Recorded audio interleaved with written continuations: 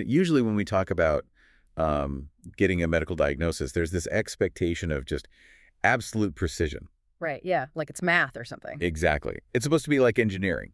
I mean, you break your arm, you go into a clinic, and the X-ray shows that, that jagged white line on the black background. Yeah.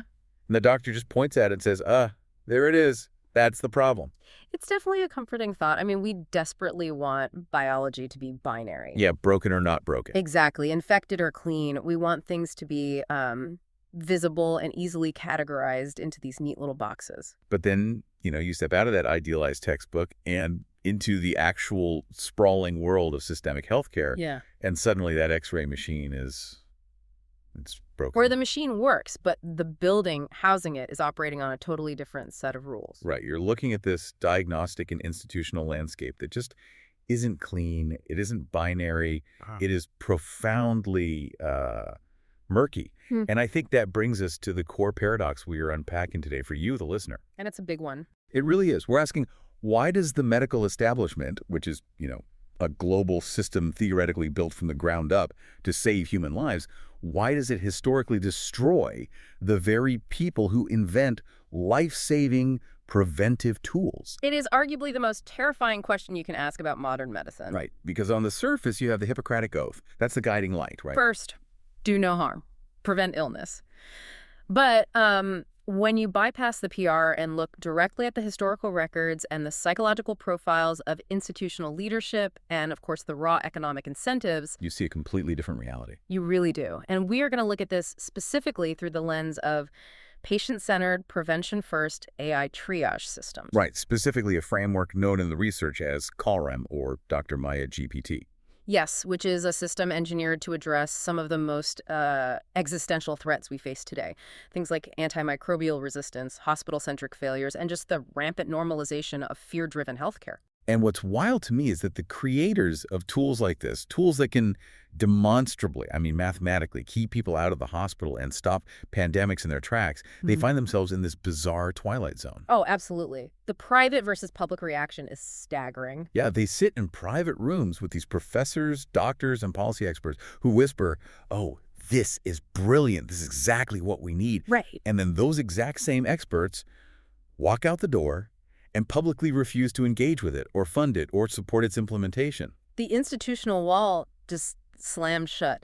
And to understand why that wall exists and, more importantly, how to build a bypass around it, we have to recognize that this is not a new phenomenon caused by AI. No, it's an ancient immune response. Exactly. It's systemic. So I want to jump straight into that history because we, or at least I, tend to think of the scientific method as this pure, objective march toward truth. We all like to think that. Right. Like, if someone brings new data to the table that saves lives, the scientific community should throw a parade for them. But history shows us the exact opposite. We basically punish people for being right too early. Punish for being right too early is, sadly, a tragically accurate summation of medical history. Let's look at Vienna in 1847. We really need to talk about Dr. Ignaz Semmelweis. Yeah, the hand-washing pioneer. Yeah. But it's so much more than just a guy saying, use soap. Oh, much more. We have to set the scene here. The Vienna General Hospital at this time was the absolute pinnacle of European medicine. It was this massive, highly prestigious institution. Yeah, that's the best. Exactly. And Semmelweis was working there looking at maternal mortality, specifically this horrifying condition called childbed fever, which we now know was caused by Streptococcus pyogenes. Okay.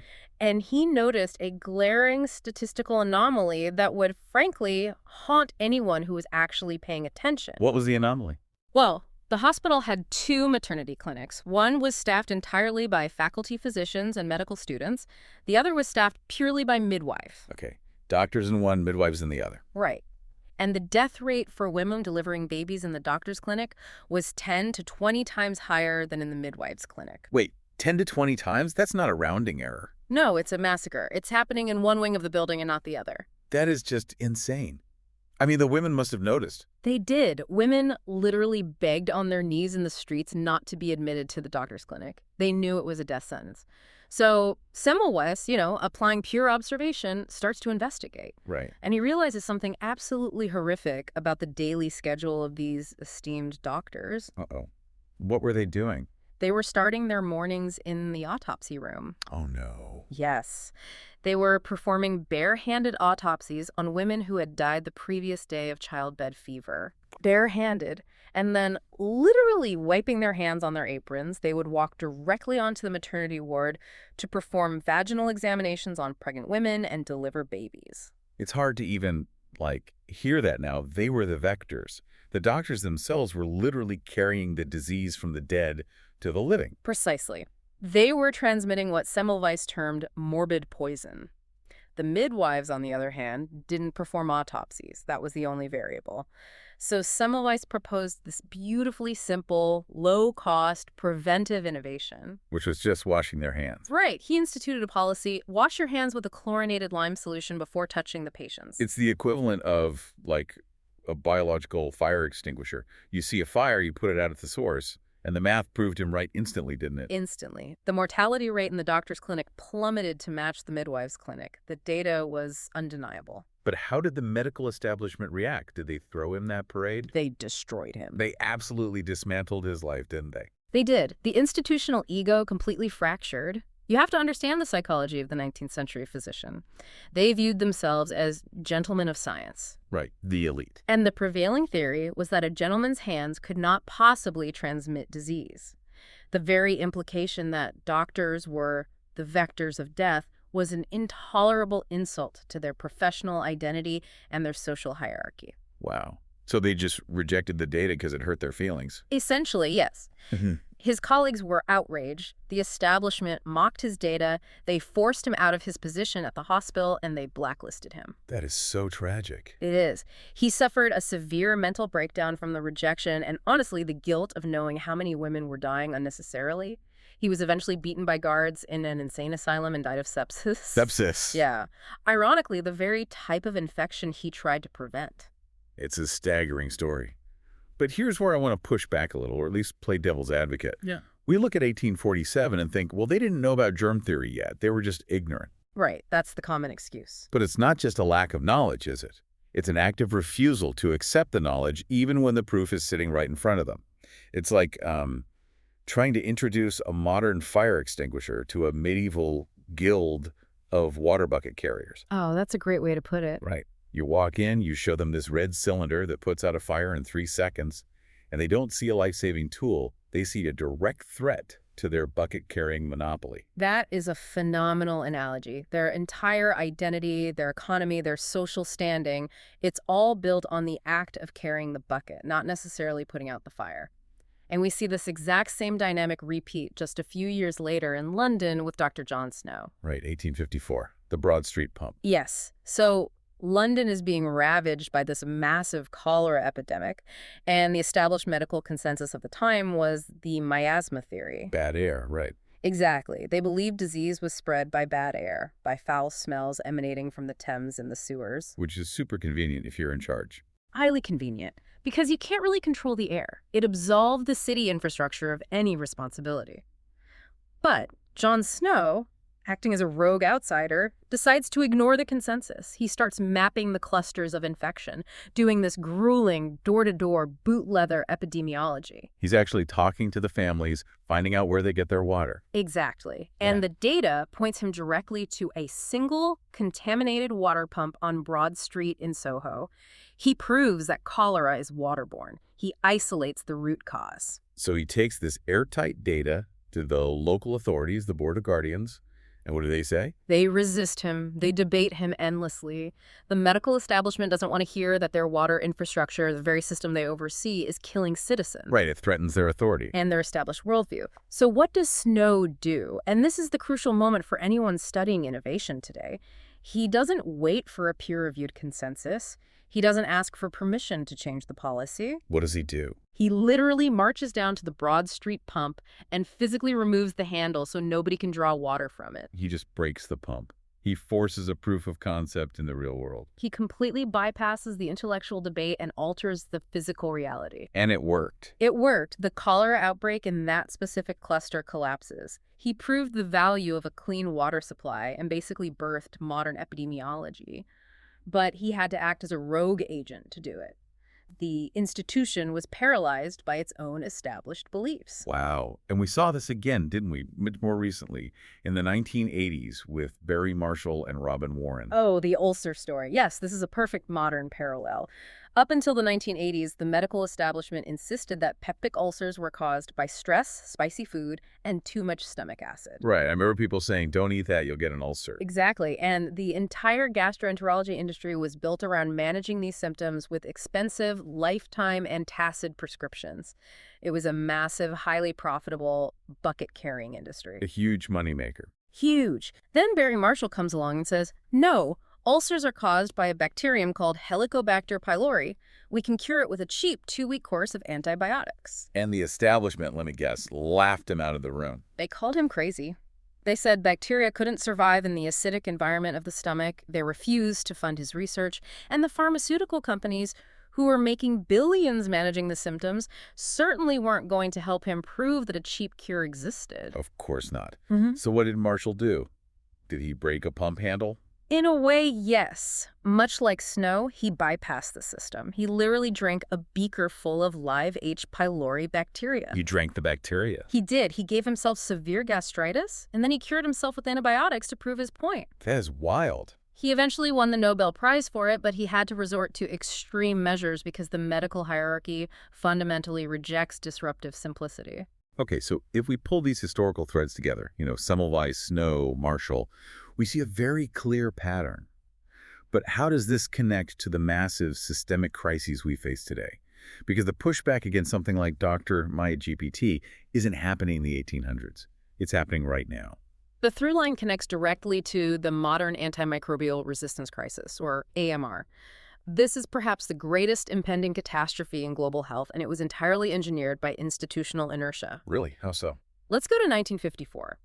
Dr. Alexander Fleming, the man who literally discovered penicillin, is giving his Nobel Prize address, and in that speech, he issues a stark, explicit warning to the world. He says essentially, if you use this drug improperly, if you expose bacteria to non-lethal doses, they will mutate, they will become resistant, you will create superbugs. Wow. So he gave us the warning label right out of the gate. Before the industry even fully took off, the inventor said, here is exactly how this will destroy us. And the system completely ignored it. From the 1950s onward, we saw rampant, overzealous, historically unprecedented overuse of antibiotics. Why? Why didn't they listen? Because the healthcare system developed an intense desire to get people into clinics and hospitals. It became a transactional economy. Doctors started relying on rapid pharmaceutical interventions rather than clinical observation, patient education, or home-based prevention. I see. If an anxious parent brought in a child with a viral illness, which, remember, antibiotics cannot treat. Right. Viruses don't respond to antibiotics. Exactly. But the parent demanded a pill to feel better, and the doctor, acting within a system that monetizes the transaction and wants to clear the waiting room quickly, prescribed it reflexively. We treated the greatest medical weapon in human history like candy. And because bacteria evolve rapidly, we basically trained the bacteria to defeat our best weapons. We bred them in our own clinics. By prioritizing immediate transactional treatment over long-term prevention, the system actively engineered the AMR crisis. It is a perfect parallel to Vienna. Just as the doctors in 1847 couldn't admit their hands were dirty, modern institutions have spent decades struggling to admit that their overprescription and hospital-centric business models are breeding superbugs. So the science is clear. Hand washing works. Clean water works. Antibiotics cure ulcers. Overprescribing causes superbugs. The institutions do not resist because the science is bad or the math is wrong. They resist because the innovation threatens their professional identity, their economic foundation, and the established hierarchy of knowledge. That is the crucial takeaway from the history. When an innovation democratizes health, when it puts the power of prevention into the hands of a midwife in Vienna, or a citizen at a water pump, or a patient at home using an AI app, it inherently diminishes the centralized power of the hospital and the physician. It takes away their leverage. Exactly. The resistance isn't malicious in the comic book sense. It is an unconscious immune response by the institution to protect its own survival. But wait, if the doctors themselves are suffering from this institutional ego, why doesn't the sheer weight of human suffering force a change? I mean, if we see millions of people dying or suffering, why doesn't the system naturally self-correct? That's the logical question. Right. That brings us to the psychology of the people running these systems. We need to look under the hood at the mental machinery that makes doctors, administrators, and policymakers behave this way. And the research provided for this deep dive introduces a fascinating and honestly slightly chilling concept here. Yes, we have to talk about the concept of the Machiavellian doctor. Okay, let's unpack this, because when I hear Machiavellian, I immediately picture a cartoon villain, steepling their fingers in a dark, smoky room, plotting to keep people sick. Right, like an evil mastermind. Exactly. But the analysis is very clear that this isn't about conscious villainy. It's about systemic, emergent behavior. We usually think of the Hippocratic Oath, first do no harm, but the premise here is that the operating system of modern healthcare is actually built on fear. How does that work in practice? To understand the Machiavellian doctor, you have to look at how systems unconsciously use fear and information asymmetry to maintain control and compliance. Niccolo Machiavelli, in The Prince, wrote extensively about how rulers use fear, rather than love or logic, to maintain order among subjects. Okay. The psychological profiles of large medical institutions show they have adopted a very similar, albeit unconscious, dynamic. Give me an example of how that starts. Where are the roots of this? The historical precedent goes all the way back to the bubonic plague epidemics in medieval Europe.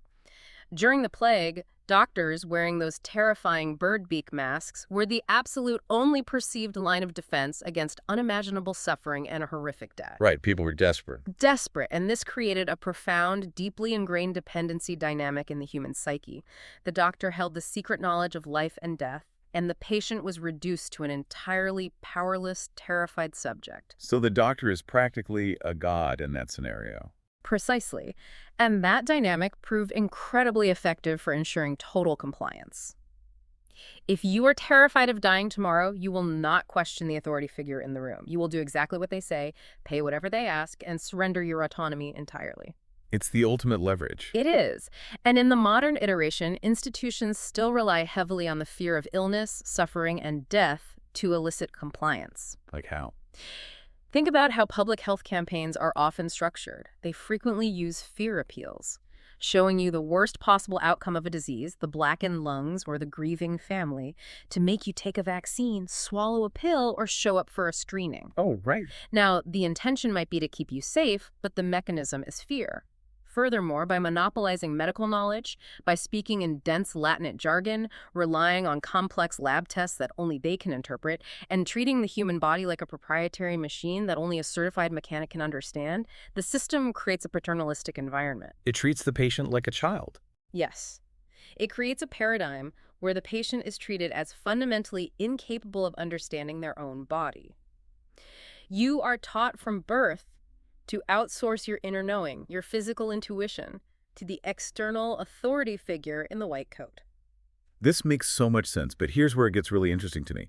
The analysis dives into some heavy psychological territory here, mentioning cognitive dissonance and comparing institutional behavior to the concept of the matrix. Yes, the matrix analogy is very apt. Let's explore that, because if a doctor's entire identity is built on being the savior who holds the secret knowledge, what happens when a piece of software comes along and gives that knowledge away for free? This is a vital point for understanding institutional inertia. The system trains individuals, both the doctors inside the matrix and the patients outside it, to obey authority rather than trust their own observations. So what happens when a disruptive innovation like Dr. Maya GPT emerges? A tool that uses advanced pattern recognition to democratize diagnostic knowledge and put it directly on a smartphone in someone's living room. It hands the power completely back to the patient. It makes the priest unnecessary to speak to the medical gods, basically. And when it does that, it triggers massive systemic cognitive dissonance in medical leaders and administrators. What exactly does that look like? Well, cognitive dissonance is the severe mental discomfort you feel when your core foundational beliefs are directly contradicted by new, undeniable information.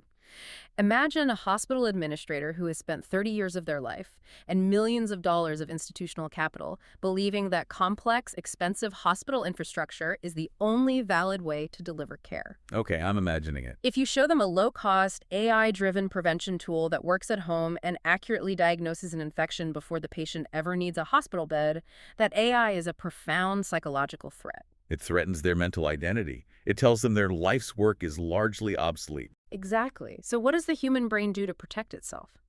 It rejects the new truth. They suppress the innovation. They call it dangerous or untested. Not because it doesn't work, but because if it does work, it means their entire worldview, their social status, and their power structures crumble. That is heavy. The psychological analysis notes that a fully empowered individual who understands their own health is uncontrollable. Systems hate the uncontrollable. They want to reduce the patient to a manageable, predictable, fearful frequency. Okay, let's look at the fallout of that.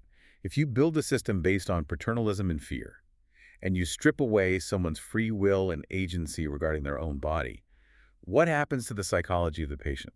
They become hypervigilant and deeply neurotic. They lose the fundamental ability to distinguish between normal bodily sensations and catastrophic illness. And this is where we have to introduce two incredibly important, very expensive terms: viscerosomatic amplification and hypochondria. Let's break those down because the financial cost attached to these psychological states in the research is staggering. Let's start with viscerosomatic amplification. Let's break down the neurobiology here. Your brain is essentially a prediction engine. Right. It constantly compares visceral sensory input, say a slight twinge in your chest muscle or a flutter of gas in your stomach, with your expectations and fears. If the healthcare system has spent your entire life training you to be terrified of your body and to assume every unverified symptom is a potentially deadly disease that requires a doctor to decode, your brain's alarm system becomes hypersensitive. It overreacts. It will literally amplify that benign muscle twinge into a blaring, agonizing alarm. So it's a self-validating vicious cycle. You feel a small pain. You get anxious because you don't have the health literacy to know what it is. The anxiety creates physical tension and autonomic arousal. Your heart rate spikes, you start sweating, your breathing gets shallow. Yes, the fight or flight response. Right, which actually makes the chest pain feel significantly worse, which then proves to your panicked brain that you are, in fact, dying. Exactly. It's a top-down and bottom-up neurobiological loop. Your fear creates the physical symptoms that justify the fear. Now, combine that internal amplification loop with the modern internet, and you get hypochondria. Oh, right. Dr. Google. Yes. Patients who have been stripped of basic health literacy go online. They type chest twinge and sweating into a search engine. The search algorithm, which is optimized for engagement and click-through rates, knows that terrifying results get more clicks. So it doesn't tell them it's indigestion. No, it tells them they are having an acute myocardial infarction, a massive heart attack. It feeds them the absolute worst-case scenario. And what is the real-world economic impact of that? Because it can't be cheap. It is devastating to public health resources. Look at the data from the UK's National Health Service. The NHS spends an estimated $420 million every single year just on outpatient appointments related solely to internet-induced health anxiety. Wait, what? 1 in 5 NHS appointments is driven by irrational, amplified fears rather than organic disease. 420 million. Let that sink in for a second. That's $500 million spent just treating anxiety disguised as physical illness. And it gets worse when you look at emergency departments. Upwards of 12% of all patients presenting to the ER meet the clinical criteria for panic disorder. 12% of the whole ER. Yes. And when the presenting complaint is chest pain, that number skyrockets to between 20% and 35%. You're kidding. Think about the magnitude of that. Up to a third of people rushing to the emergency room, tying up triage nurses, taking up beds, convinced they're having a fatal heart attack, are actually experiencing a panic attack. A panic attack amplified by a system that has fundamentally taught them to fear their own biology. Exactly. And what does the hospital do with those patients? They don't just say, you're having a panic attack, go home. No, of course not. Because of liability and protocol, the system runs expensive tests. They run EKGs, they draw blood for troponin levels, they order chest x-rays, sometimes even angiograms. And all of that costs money. A lot of money. And even when the tests come back completely clear, the patients often reject the reassurance. They think, oh, the doctor missed something, because the system hasn't given them the internal tools to understand their own anxiety. So the system generates the anxiety through information asymmetry, and then it turns around and highly monetizes the treatment of that very same anxiety through endless diagnostic tests and specialist referrals. Wow. The system generates the anxiety, then monetizes the treatment of it. But wait. If the doctors themselves are suffering from this cognitive dissonance, why doesn't the free market fix it? Why don't hospital CEOs step in and say, we need to adopt this cheap AI to clear out our waiting room so we can focus on real emergencies? Because that would ruin their business model. Right. That brings us to the actual math of a hospital bed. Because fear and dependency aren't just psychological quirks of a broken system. They are the financial bedrock of the industry. They are the foundation of the modern medical business model. And this is where we have to draw a razor-sharp contrast between the two competing philosophies of health. What we have now, which is GDP-driven healthcare, versus what we actually need, which is prevention-driven healthcare. Let's really pull this apart for the listener, because GDP-driven healthcare sounds like an oxymoron. GDP is about gross domestic product.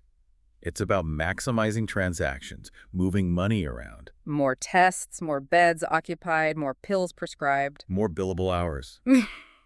But prevention-driven healthcare is about minimizing illness, keeping people out of the hospital entirely. And those two goals are mathematically and fundamentally opposed. You cannot maximize transactions and minimize illness at the same time. That makes sense. Let's look at the financial architecture of a modern hospital. The analysis of the Indian hospital industry provided in the sources gives us a perfect, transparent look at the mechanics of this GDP-driven model. The financial data is incredibly stark.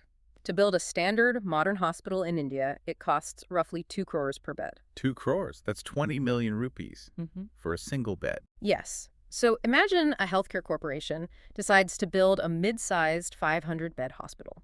At the exact moment they cut the ribbon at the inauguration ceremony, before a single patient has walked through the glass doors, they are in the hole for 1,000 crores.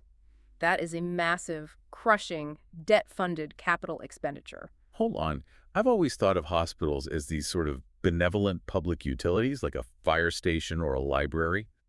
But you're describing a highly leveraged commercial real estate venture with a medical facade.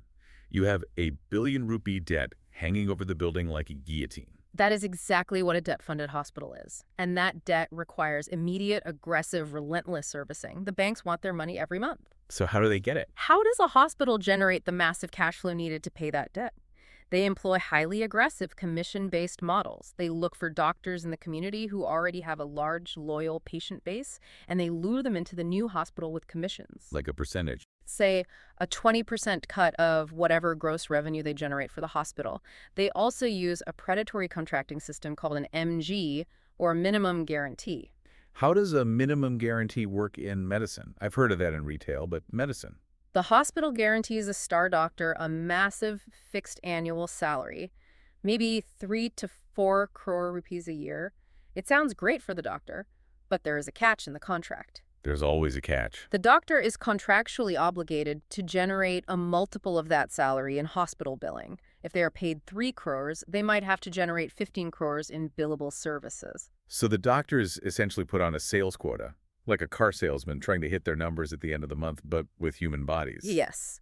The doctor is transformed from a healer into a sales agent for the hospital's infrastructure. And what happens to clinical judgment when you have a multi-crore quota hanging over your head? The system heavily incentivizes the doctor to overprescribe, overtest, and overbill. Give me an example of what that looks like on a bill. If a patient comes in for a standard knee replacement, the base surgical cost might be 2.5 lakhs. But the final bill handed to the family will be 4 lakhs because of added, often completely unnecessary, line items.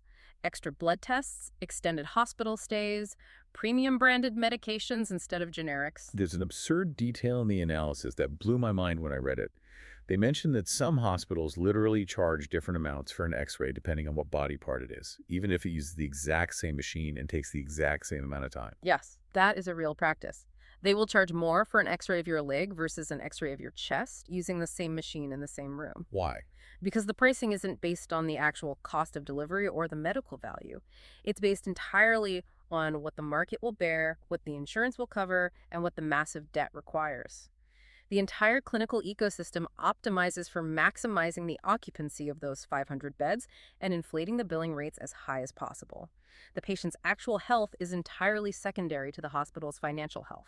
It is a complete and utter abandonment of the ancient philosophy of medicine.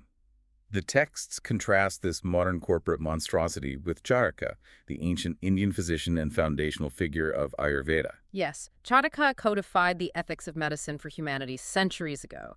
His foundational non-negotiable principle was that the physician must serve without greed or exploitation. The medical system must act as a shield for the poor, the illiterate, and the voiceless. Which is beautiful. It is. But the modern 1,000 crore hospital model operates on the exact opposite polarity. It actively exploits the asymmetry of knowledge, the fear and ignorance we discussed earlier, to extract maximum wealth from the most vulnerable people in their most desperate moments. And this profit-first paradigm isn't just failing in the billing department, it's failing at the microscopic level. It is the exact reason why we are losing the war against antimicrobial resistance, right? The economics of pharmaceuticals are just as broken as the economics of hospital beds. That is a terrifying reality, but it is entirely economically logical within this broken system. Why are superbugs winning? Because the economic model for developing new antibiotics is fundamentally incompatible with capitalism. How so? Let's look at the pipeline. To develop a single novel antibiotic from initial discovery in a lab, through clinical trials to regulatory approval and market launch, costs a pharmaceutical company roughly £1 billion. £1 billion for one drug. Yes. Now, put yourself in the shoes of a pharma CEO looking at the product life cycle of an antibiotic. If your scientists develop a truly phenomenal, highly effective antibiotic, a patient takes it for a week or two. The infection is completely cured, the bacteria are eradicated, and the patient stops taking the drug. Right, they're cured. They never need it again. Furthermore, because bacteria mutate quickly, public health officials immediately step in and demand that this new, powerful antibiotic be held in reserve. It becomes a last line of defense. Doctors are instructed not to prescribe it unless absolutely necessary. So wait, let me get this straight. You spend £1 billion to make a product that works perfectly. It cures your customers so fast that they stop buying it in 14 days. And then the government locks your product in a glass emergency case, so almost no one is even allowed to buy it in the first place. Exactly. It is a catastrophic, suicidal business model. Compare that to a drug that merely manages the symptoms of a chronic lifestyle disease, like a statin for high cholesterol or a daily pill for hypertension. You take those forever. The patient takes that drug every single day for decades until they die. That is a highly profitable, recurring revenue stream. Curing an acute infection quickly is wildly unprofitable. Just bad business. Look at the real-world example of an American biotech startup called Achaogen. They actually did it. They successfully developed a new, critically needed antibiotic for multi-drug-resistant infections. They brought it to market. And what happened? And then they promptly went bankrupt because the sales volume was so low it couldn't sustain the company's operating costs. That is incredibly bleak. So if we step back and look at the whole board, we've literally built a global healthcare system where a cured patient or a completely prevented disease is viewed economically as a lost customer. A completely healthy, resilient population would instantly bankrupt the entire modern medical infrastructure. That is the grim, unavoidable reality, and it perfectly explains the institutional resistance we started this deep dive with.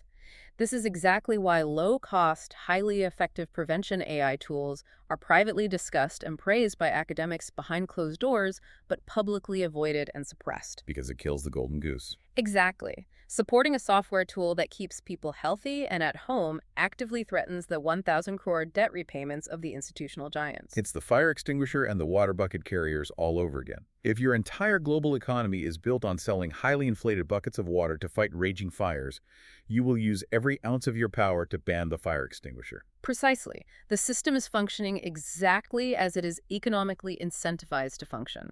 Okay, so this brings us to the crux of the issue. How do you fix a system that is economically incentivized to stay broken? The answer is, you don't. You don't ask the bucket carriers for permission to put out the fire. You introduce an innovation that bypasses them entirely. And that brings us to the core case study of this deep dive, Dr. Maya GPT. Enter the fire extinguisher.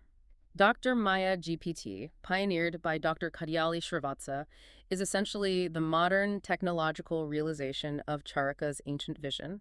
It is the digitization of ethical, highly accessible self-care designed specifically to bypass the institutional bottlenecks and protect the global population. Let's get into the actual mechanics of this AI because we need to understand how it works. And it's not just another WebMD symptom checker that asks if your arm hurts and then tells you you have a rare brain parasite. Far from it. To understand why Dr. Maya GPT is so disruptive, you have to look at its clinical origins. Dr. Srivatsa didn't build this in a Silicon Valley incubator. He built the foundation for this in 1996 in a hospital. Oh, really? Yes. It was originally called the Pediatric Assessment Tool, or PA. While working as a pediatric intensive care specialist in the UK's National Health Service, he realized that junior doctors and triage nurses were struggling. What were they struggling with? They were looking at critically ill children and relying on vague intuition or panic, leading to misdiagnoses. They needed a highly structured, mathematically reliable method to rapidly assess a patient. Instead of relying on gut feeling, he created a systematic, objective framework. And that systematic framework evolved over decades into what the analysis calls the triad methodology used in Dr. Maya GPT today. I want to spend some time here. How does that differ from a normal algorithm? Because most apps just use decision trees, right? Right. Traditional symptom checkers use rigid algorithmic binary decision trees. You input a symptom, say headache. The app asks a yes-no question. Is your vision blurry? If yes, go down path A. If no, go down path B. That seems pretty basic. It is. That is incredibly brittle, and it is not how a real, experienced human doctor thinks. A seasoned physician uses complex pattern recognition. They don't look at isolated symptoms. They look for specific combinations or constellations of signs. It makes me think of music. A standard app looks at one note, maybe a C, and tries to guess the song. It could be anything. But Dr. Maya waits until it hears three notes played together, a C, an E, and a G. That's a chord. And once you hear the chord, you instantly know the exact tune. That is a perfect analogy. Dr. Maya GPT uses this triad methodology. It requires three symptom combinations to recognize a clinical pattern: fever plus neck stiffness plus confusion. Oh, that sounds bad. That is the meningitis chord. That triad instantly identifies the specific clinical threat. This mirrors actual high-level clinical reasoning and drastically improves diagnostic accuracy over traditional linear apps. But the real genius of it, the part that makes it a true systems-level bypass tool capable of scaling globally, is the interface. It doesn't spit out complex medical jargon. It doesn't tell a terrified mother that her child has acute bilateral otitis media. It uses a universal, color-coded system. This is the critical innovation for global scaling and bypassing the information asymmetry of the medical matrix. The AI processes the complex triad, but outputs a devastatingly simple instruction categorized into 4 colors: red, yellow, green, and blue. Walk us through the colors. Red means emergency. You need an immediate doctor consultation. Go to the hospital now. Yellow means caution. A pharmacist or local clinic consultation is appropriate. Green means the condition is entirely suitable for simple self-care at home, rest, and hydration. And blue. Blue is the pandemic killer. Blue indicates a potential infectious disease requiring immediate isolation. It means you are contagious, stay in your room, do not go to the waiting room. It's brilliant in its simplicity. It's exactly like giving every single person on Earth a dashboard warning light for their own biology. You don't need to be a mechanic to know how an internal combustion engine works. You just need to know that a flashing red engine light means you have to pull over immediately, and a green light means you're perfectly fine to keep driving. Exactly. By using colors, you instantly bypass literacy barriers, language barriers, and all the Latinate medical jargon the institutions use to maintain control. Exactly right. It violently democratizes medical triage. It empowers the patient to know, with clinical sophistication and objective data, whether they actually need to walk into that 1,000 crore hospital and become a customer, or if they just need to stay in bed and drink water. And predictably, because it empowers the patient and directly reduces unnecessary hospital visits, which threatens to starve the beast, the institutions tried to crush it. The suppression was immediate, systemic, and multifaceted. Despite the tool's obvious, mathematically provable ability to prevent pandemics through early detection and the Blue Home Isolation Code, it faced massive resistance from the gatekeepers. What did they do? Well, when Dr. Srivatsa attempted to publish the Maya app to help people identify potential infections during global crises, Google Play flatly refused its publication. Big tech acting as the enforcer for the medical establishment. Yes. They cited policies about only allowing official government health apps. Furthermore, international health organizations, including the WHO and the CDC, were presented with this system and the data supporting it, and they simply ignored it. Just ignored it. Ignored it. Hospital administrators actively resisted implementing it in their triage flows. Why? Because the Maya system threatened the existing power structures. It threatened a system that benefits from complex, opaque processes that require expensive, centralized infrastructure. Right. If patients can safely and accurately triage themselves at home using a free or low-cost AI on their phone, the massive, fear-driven foot traffic that services the billion-rupee debt of the healthcare matrix dries up overnight.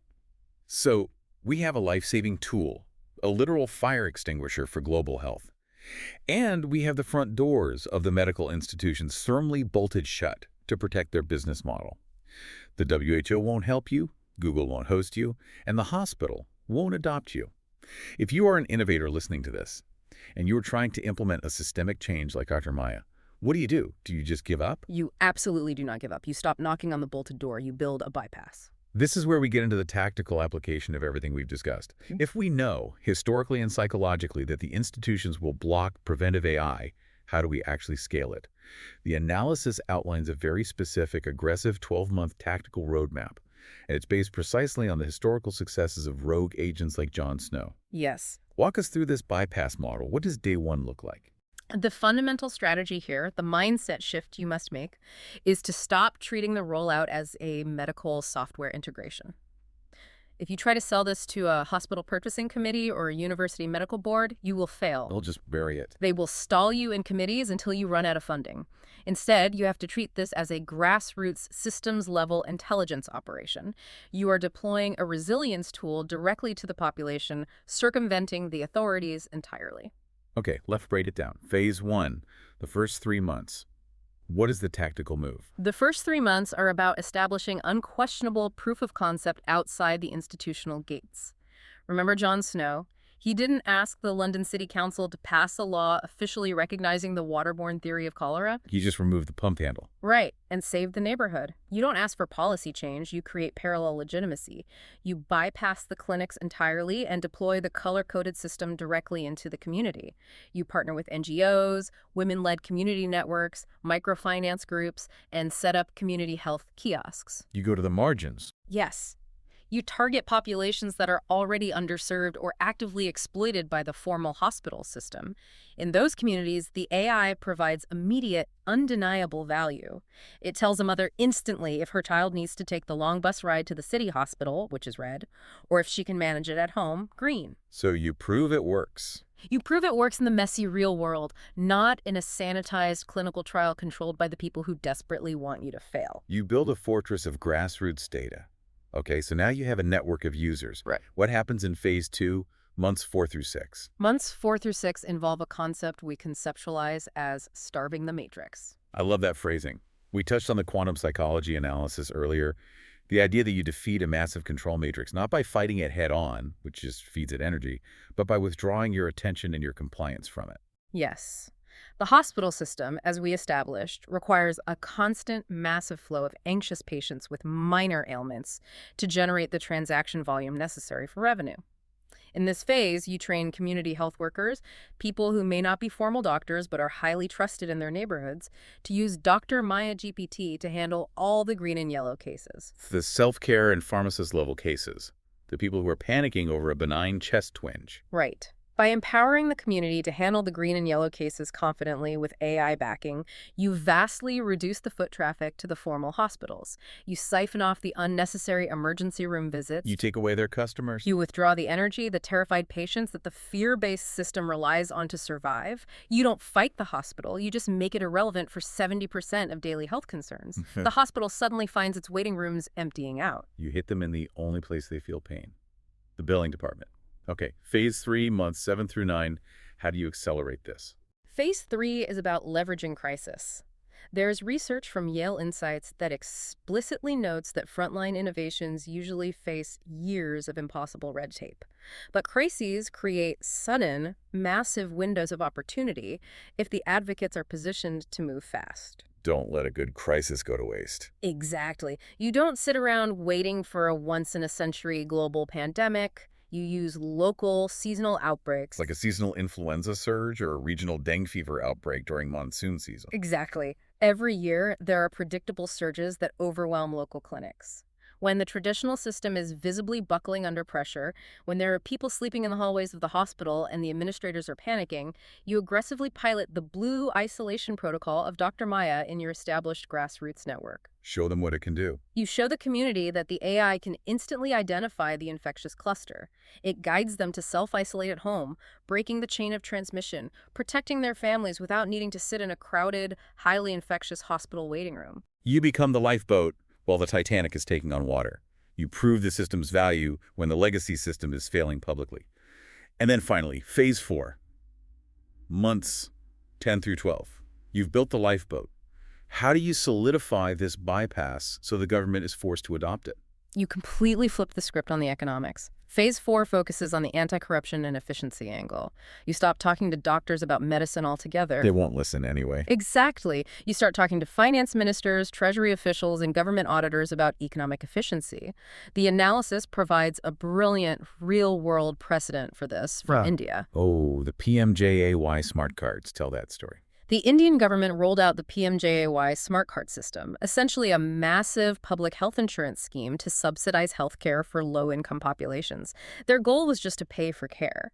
But inadvertently, because the billing platform was digitized and centralized, it became a massive AI-powered fraud detection tool. Wow, an accidental auditor? Yes. By digitizing the transactions, the government suddenly had a macro-level oversight over millions of hospital interactions.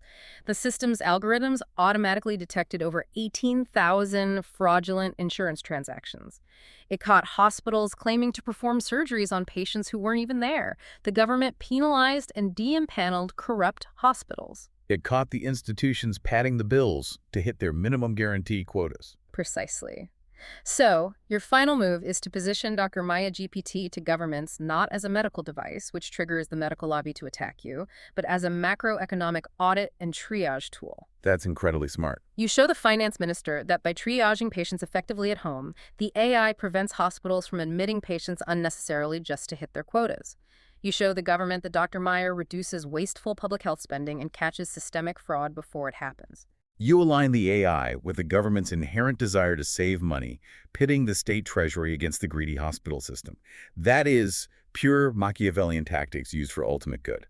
But to execute this 12-month roadmap, to get those NGOs to trust you, to get those community workers to use it, and eventually to get those government auditors to back you, your messaging has to be absolutely bulletproof. It has to be airtight.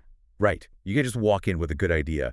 You need data that is so devastatingly clear that no academic committee can dismiss it without looking completely corrupt or totally incompetent. Which brings us to our final and most crucial section, the evidence-based playbook. If you are an innovator, an advocate, or a policymaker listening to this deep dive, these are the 5 undeniable talking points you must use in your pitch. Let's lay them out. I want to imagine I'm pitching this to a skeptical finance minister.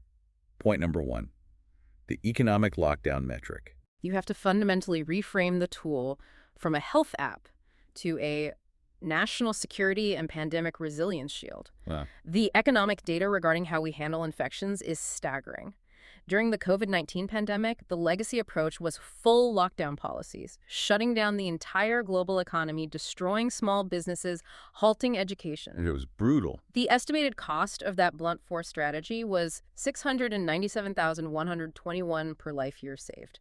It was macroeconomically devastating. Almost 700,000 euros per life year. That is unsustainable for any nation. Exactly. Now, compare that to the Dr. Maya Blue Code strategy. Early community detection through AI, followed by targeted individual home isolation. You don't lock down the city, you isolate the specific node of infection. That strategy costs only $206,888 per life year saved. That's less than a third of the cost. It literally saves economies from collapse. You present this hard math to a policymaker and ask a simple question. Minister, next time a virus hits, do you want to bankrupt your nation with blind medieval lockdowns, or do you want to use an AI shield to isolate only the infected for a fraction of the cost while keeping the economy open? They can't argue with the math. Okay. Point number 2, the viral cluster proof. This is your clinical ammunition to prove the Blue Code works in reality, not just in theory. In a documented real-world cluster of 120 users during a severe flu season, patients who used the Maya system for early triage and self-isolation prevented an estimated 35 secondary cases in their community. And the control group? The control group, which relied on the traditional system of waiting until they felt terrible and then going to a crowded clinic, that resulted in 18 secondary cases. Wait, I want to make sure the listener grasps the magnitude of that math. The AI prevented an estimated 35 secondary cases compared to 18 in the control group. Yes. By cutting the chain of transmission early, at home, before the patient ever walks into a clinic and coughs on a waiting room full of vulnerable people, the AI demonstrates mathematically undeniable superiority in infection control. It is a firewall for the community. That is massive. Okay, moving to point number 3, the cost reduction reality. This point speaks to the everyday, grinding financial burden on families and the state healthcare budget. Dr. Maya reduces unnecessary healthcare visits by 55% compared to traditional, rigid, algorithmic symptom checkers. 55% of clinic visits just eliminated entirely. Yes, because it gives patients the objective confidence to stay home when they have a green code. But more importantly, it stops the devastating polypharmacy burden. Explain polypharmacy. When a healthy patient goes to a hospital unnecessarily because they are anxious, the doctor, trying to hit their MG quota, subjects them to a cascade of unnecessary prescriptions, polypharmacy. The analysis shows that polypharmacy currently inflates global healthcare costs by a staggering 198%. 198%. Yes. By keeping healthy, anxious people out of the hospital ecosystem entirely, Dr. Maya instantly slashes that 198% artificial inflation. You aren't just saving the government the cost of the initial doctor visit. You are saving them the cost of the 5 unnecessary, expensive pills the doctor would have prescribed and the cost of treating the side effects of those pills. It's a compounding economic victory. Now, point number 4, the meningitis speed to care metric. I love this one because it directly attacks the medical lobby's main argument. Yes, the establishment will always argue that AI is dangerous and will miss critical diagnoses. This point destroys that argument. Let's look at a critical, time-sensitive case. Meningitis. A traditional liability-terrified symptom checker app often tells a patient with a headache to seek care within 24 hours, or at best, 6 hours after the onset of severe symptoms. 6 hours with bacterial meningitis can be fatal. The brain swells. That is a massive liability. It is deeply dangerous. But Dr. Maya's triad methodology is actively looking for the specific pattern. Fever plus neck stiffness plus confusion. If it sees that triad, it doesn't wait. It instantly triggers a red-blue code and recommends emergency evaluation within 1 hour. That's fast. In documented cases, patients using this system reached the hospital 5 hours earlier, and life-saving intravenous antibiotics were administered 4 hours sooner than if they had relied on traditional app advice or waited to see their general practitioner the next day. That is the golden hour of medicine. That is undeniable clinical superiority. Yeah. You look the medical board in the eye and say the AI isn't just cheaper. It's definitively faster and safer in critical life or death scenarios. It is saving lives while your traditional algorithms are still asking the patient if their throat is scratchy. It completely neutralizes the safety argument used by gatekeepers. And finally, point number 5, the restoration of patient free will. This brings us full circle to the psychological profile we built at the beginning of the hour. Traditional systems actively amplify symptoms through uncertainty. They thrive on the information asymmetry that keeps the patient guessing, terrified, and dependent. Right. That dependency leads to excessive reassurance-seeking behaviors, decision paralysis, and the 420 million wasted on NHS cyberchondria appointments. This system makes you crazy and then charges you an exorbitant fee for therapy. Dr. Maya cuts through that psychological manipulation like a scalpel. By giving the patient a clear, color-coded, triad-based understanding of their own biological data, it restores autonomy. It restores health literacy. It empowers the individual to break the vicious neurobiological cycle of fear and dependency. You tell policymakers that implementing this AI isn't just about software. It is how you cure the epidemic of cyberchondria that is currently clogging their emergency rooms and draining their budgets. So if you are listening to this and you are trying to scale a disruptive innovation, the playbook is incredibly clear. You do not argue with the doctors about medicine or turf. You will lose that battle. You argue with the policymakers about national security, pandemic economics, hospital wait times, and fraud reduction. You completely change the battlefield. You step out of the hospital entirely and you empower the community. You give the fire extinguisher directly to the people whose houses are burning. This has been an incredibly eye-opening, expansive journey today. Let's summarize what we've unpacked. We started by looking at that simple X-ray, the human desire for clarity, and we realized that the systemic resistance to clarity is a feature of the medical establishment, not a bug. From Semmelweis being run out of Vienna and driven mad for suggesting doctors wash their hands, to John Snow having to act as a rogue agent to break the pump handle in London, to Barry Marshall drinking bacteria, to the modern bureaucratic suppression of Dr. Maya GPT, the pattern is absolutely, terrifyingly identical. It really is. Institutional resistance isn't a sign that an innovation is wrong or dangerous. Historically, fierce institutional resistance is the ultimate, undeniable proof that an innovation is truly disruptive and fundamentally necessary. The institutions, bound by their egos and their massive financial bets, will always protect the buckets. It is entirely up to the innovators, the rogue agents, to distribute the fire extinguishers anyway. As we wrap up this deep dive, we want to leave you with a final provocative thought to mull over, something to explore on your own that builds on everything we've discussed today. If AI systems like Dr. Maya successfully execute this bypass strategy, if they use this 12-month roadmap to put diagnostic power and true health literacy directly into the hands of the community, permanently starving the matrix of its fear-driven revenue, we might not just be looking at the end of corporate hospital monopolies.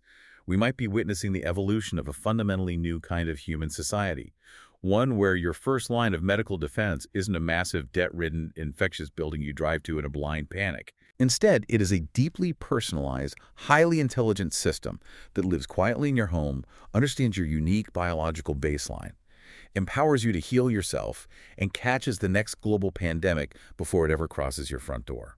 It shifts the entire paradigm of human existence from anxious reaction to sovereign resilience. So ask yourself this as you go about your week. What happens to the empire of fear when the patient simply stops being afraid? Thank you so much for joining us on this deep dive. Stay curious, keep questioning the systems around you, and always remember that true health begins with your own empowerment.